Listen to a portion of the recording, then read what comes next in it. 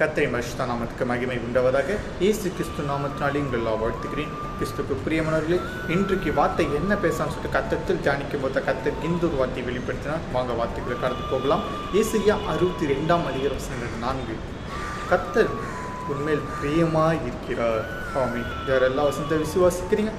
கிறிஸ்துக்கு பிரியமானவர்களே, நீங்கள் இன்றைக்கு கூட நீங்கள் இந்த ஒரு விஷயத்தை குறித்து நீங்கள் கவலைப்பட்டு கொண்டிருக்கலாம். என்னை யாருக்குமே பிடிக்க மாட்டிருக்கு, என்னை யாருமே நேசிக்க மாட்டிருக்காங்க, யாருமே என்கிட்ட சரியாக பழக மாட்டேறாங்கன்னு சொல்லிட்டு நீங்கள் குறித்து கவலைப்பட்டு கொண்டு இருந்திருக்கலாம்.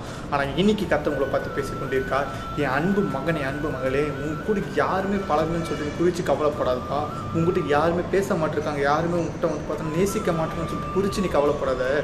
அவங்கள விட மிக சிறந்தவன் நான் இருக்கேன். நான் உன்னை ரொம்ப நேசித்து கொண்டு இருக்கேன். நீ எப்போ என்கிட்ட வரும்னு சொல்லிட்டு நான் உனக்காக காத்து கொண்டு இருக்கேன்னு சொல்லிட்டு இன்னைக்கு கர்த்தர் உங்களை பார்த்து பேசிக்கொண்டு இருக்காருங்க.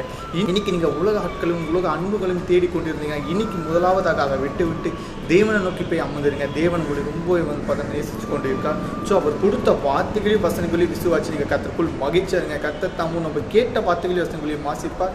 தேவ சுந்தர காட் பிளஸ் யூ.